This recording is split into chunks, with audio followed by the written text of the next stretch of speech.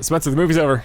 Huh? Oh, I'm sorry. I just had flashbacks of bad times at the El Royale. Indulgence. Overindulgence. Yeah, apparently Judd Apatow is a director that does a lot of these things where he just keeps on filming more and more and more, and it just feels long and stretched out. I don't think I've seen a lot of his films, but apparently that's a staple of his. Yeah, I've only seen a couple, and I haven't really liked what I've seen. With that in mind, this was a little better than I expected. This movie's about a 20-something guy who's still living with his mom, kind of aimless in life. His dad died, and he's had this void in his life, and then eventually he like fills that void with a new fatherhood figure. That's kind of the basic story of the movie. And from that perspective, I think I like the idea. Yeah, the idea is fun. It's almost kind of like Good Will Hunting or any kind of comedy drama film about someone who's just overcoming an old personal struggle of theirs. But whenever they bring up these aspects of you should feel something, I don't feel like that they're strong enough. That's the entire film. The entire film felt very weak to me in all of the themes that they were trying to present. Yeah, I think part of it was that they didn't have a coherent progression of the plot in a lot of ways. It felt very meandering. Yeah. So if this movie was 30 minutes shorter, it probably would have been much more appealing. You could have got from one element to the next much more efficiently. Yeah, so at first I was thinking that the length was the biggest issue of it, but then I started thinking that the script was actually a big issue for it because you get Scott, and of course you can connect with these scenarios about, okay, my dad's not around anymore, I'm trying to figure out my life, I feel like that my dad abandoned me, yada yada yada. But then they never extrapolate on these points of him ever being saddened or distraught. The only time that I ever got that was in the first scene of the film when you get to see him and he's driving down the highway and he closes his eyes and then all of a sudden he's about to crash into a car and then he pulls away from it, and then as he's going away you start seeing him say, I'm sorry. So the first bit, I get that he's reckless and irresponsible and yet he's in pain, but at the same time, that's the only time I ever got to see any emotional resonance with Scott. Yeah. It was almost like I was watching a Marvel film, but different, because with Marvel, they would have a serious moment, and then at the very last second, they undercut it with a joke. But with this, whenever there was a serious moment, it just kind of felt like, oh, it's building to a serious joke. Oh, building a serious joke. Joke. And it was so much levity that I never got to feel grounded with Scott. We constantly see him being very flippant and rude in ways that make him very unlikable. Yeah, he's extremely unlikable. But they don't balance that by showing us how he really is doing inside. If he's struggling with some pain or something that we don't really see, it's sort of implied, but not really. It's almost like he's using his dad's death as an excuse for his layabout, apathetic nature. But then if that was the case, then the fact that he builds this relationship with the fire department guys at the end, that wouldn't really be a solution for him. So I don't really get what they were trying to do with that. I think one of the reasons why is because the guy who made this, the main actor, he's on Saturday Night Live, and I did some research on him. Evidently, this is actually kind of a story about his life. It's not exactly word for word, but more or less, he's from Saturday Night Live, and so he's known as the funny man, so maybe he wanted to mix that in there, but it doesn't work because when the funny parts come up, I just think he's a dick. Like when he goes into the house with his mom because his sister just left, and his mom is crying and saying, "You know what, son? I want to connect with you. I don't want to watch Game of Thrones." And then he says, "Oh, he doesn't catch on to like maybe this is a moment I can build with my mom." He just says, "No, I'm okay. I've already seen it. It's all right." Yeah, just little things like that. Yeah, and that could have been kind of an emotional twist in their relationship, but they just kind of let it hang there and die for a second. Like is it supposed to be kind of funny? I don't know. Like there's that other scene where he's at the ballpark with his mom's boyfriend and the fire department guys, and he's like saying these awful things and about the fire department guys. Yeah. Right. And to me, it felt like the movie is expecting us to be laughing at this, like it's a comedy thing. But not only am I not laughing, I'm feeling that it's It's disingenuous and mean because we never understand him for why he's like, if he put up an emotional shield from people to say, all right, I'm going to use humor as my defense mechanism, that's fine. I mean, that's what comedians do all the time.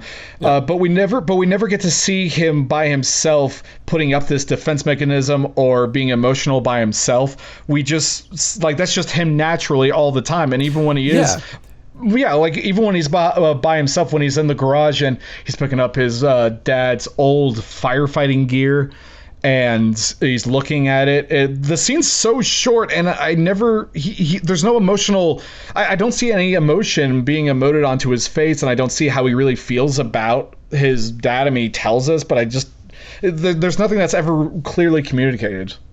Yeah, the one thing they do is basically, because the boyfriend is a firefighter, he latches onto that as like, oh, dad was a firefighter, you're trying to replace him, how could you date a firefighter? And like, it's such a surface level kind of conflict that is like the basis of his dislike for this guy, even more so than the fact that the character came from this kid who he did this like tattoo on in the park, and then the kid's dad angrily finds the house somehow and is like, hey, I'm like, I don't know how that happened. It was brushed aside so fast too because she said, how did you find me? Oh, don't worry about it. Right.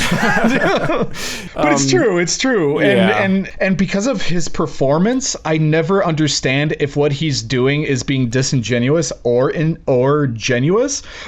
A perfect scene of this is when he's having sex with that girl. I guess they were hooking up, like this is like the fifth time, or they've been doing this for a while. They've been hooking up for a while. And in that scene, he's saying, I don't want to be in a relationship with you because I'm actually kind of messed up in the head and all that. And it's from his portrayal, it seems like he's believing it, but but I don't know if he's actually, if he actually believes it, and I don't know if he's using that as his defense mechanism as to not get close to her, or if he's just doing it just to lie. So if I'm not clear on whether he is lying, and I'm not clear on whether he is doing this because he's just too scared, I don't know. Yeah. And the same thing ties into his relationship with everyone else. Like, his sister seems ambivalent towards him. The first scene that you see her in the kitchen, and she's like, I don't care if you come, whatever. And then literally 2 scenes later, she's like, oh, I got you some paints. Here, this is for you. So the script is really ambivalent with who is who and what is going on and what we're supposed to be feeling. Yeah, there's no consistency at all. So it felt like if the boyfriend was anyone, if he wasn't a fireman, there wouldn't be a problem, basically. Like, he wouldn't have caused all that, drama with him. He wouldn't have tried to get his talk to his ex-wife and get him thrown out and all that. So the fact that he gets hung up on the boyfriend being the firefighter, that just seems like such a superficial way, just as you were saying. And it was just kind of like, okay, we need this beat in the story because now all of a sudden this is happening.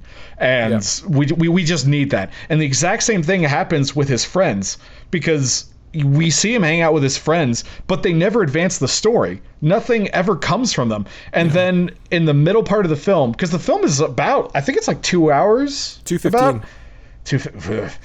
So 2:15, about halfway through the film, they need to steal drugs, I think, from the store to do something, and they steal the drugs, and only Scott gets away, and then one of his friends gets shot, and then next scene he kind of just forgets about it. He goes smokes weed with his mother's boyfriend's ex-wife, and then he's like, I need a place to stay, so he goes to visit his friend in jail, and then his friends are really never heard from again. They didn't add anything to the story.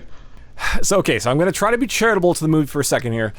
Okay. It's possible that by showing the story elements in this way, they're trying to emulate his ADD scattered nature, show, he can't hang on to one thread for more than a moment because his brain is just constantly going to other things. I don't think it worked well, even if that's what they were trying, but that's the most charitable explanation I could have for these story threads that just don't really go anywhere and don't connect and don't seem to have any relevance or emotional resonance. Yeah. I mean, I see what you're saying there, but I don't think that's the case, because if it was, then I feel like that it would have been a bit more solidified with him having action throughout the film, because he doesn't really take charge in anything in the film.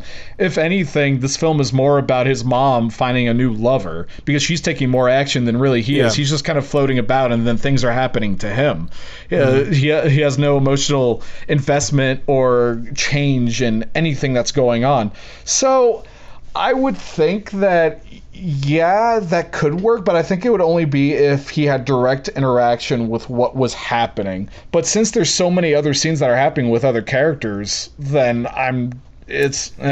Yeah, I would have rather seen the story from the perspective of someone else, like the mom or his girlfriend character. Like, either one of them would have been a much more interesting protagonist, I think. Oh, yeah, like, okay, so here's something that was messy, is the sister and the brother, they're in the room together. This is the first time this is the second time that you see the sister and brother together, Scott and his sister, and she's like, oh, here's some paintbrushes, and you think the paintbrushes are going to come up again, because she's like, oh, I know you like tattoos, so maybe this will help you. It's never brought up again.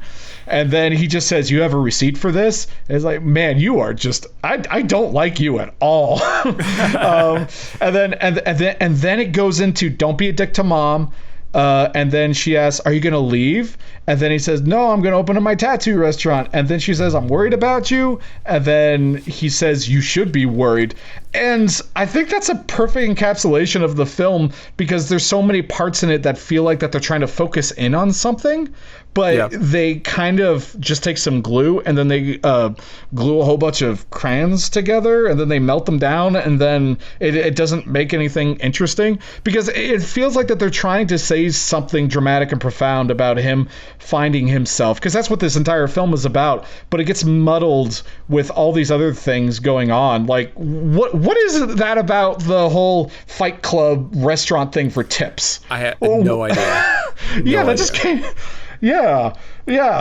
Or again, like when the dad comes over and says, Scott tattooed my kid's arm, and then it's so unfocused, because so Scott says, oh, your kid consented, and then the kid says he's lying, and then the dad's like, rah, rah, rah, rah. And then the kid all of a sudden switches and says, Dad, let's go, you're embarrassing me. What? And then some more rambling goes on, and then the kid said, I asked him to do it, it's not his fault. Not to mention, he just begrudgingly takes action. He doesn't really take action at all. He's like, well, I guess I'll go work at the restaurant. Well, I guess I'll go do this. Okay. Like, he's not trying to be better, and that's why I don't like him, because he's not trying to be better. He's only trying to be better at the very last part of the film, when he goes the guy's fire department place, and then he meets Steve Buscemi, and Steve Buscemi is like, oh, I knew your dad. And then he's like, oh, someone knew my dad. I guess I won't be an asshole anymore. Yeah, basically the message of the film is, hey, if you don't have a dad, it's okay and sympathetic to be a total douche, and all you have to do is find a new father figure, and then you'll be fine. That's all I got from this movie. I think the main problems are that it didn't succeed in making him a sympathetic character. I felt nothing for this guy. Like, he kept making dumb decisions, and he didn't express himself in a way that earned me to come to his side, like I couldn't sympathize with him. And because they kept on missing the emotional impact. I never got to see if this was just a shield that he was putting up, or if he's just an asshole and no one cares about him. I just don't know. Right, and the subject matter is sympathetic, like a guy who's directionless and aimless, and he's 24, he doesn't really have a career. Hey, I can relate, I can relate to a lot of the details of his life, really, but the way it's presented is not sympathetic. So I don't understand why they didn't see that as they were filming it. Like, wait, this guy is a total jerk. No one's gonna like him. Is that the point? Is he supposed to be a jerk? Because then they're trying to say, hey, some people are just jerks and they deserve sympathy too. I don't know.